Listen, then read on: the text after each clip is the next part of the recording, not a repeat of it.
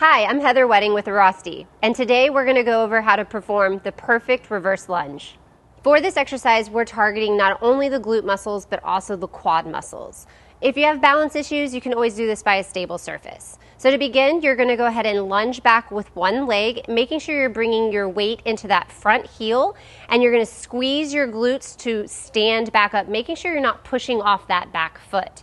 Now, as you go down into this reverse lunge, you also want to make sure you're engaging your glute muscles all the way through so your front knee doesn't come in to the midline. Now let's see it from a side view. Remember, when you step back with the back leg, that you're wanting to drop the knee straight down towards the ground.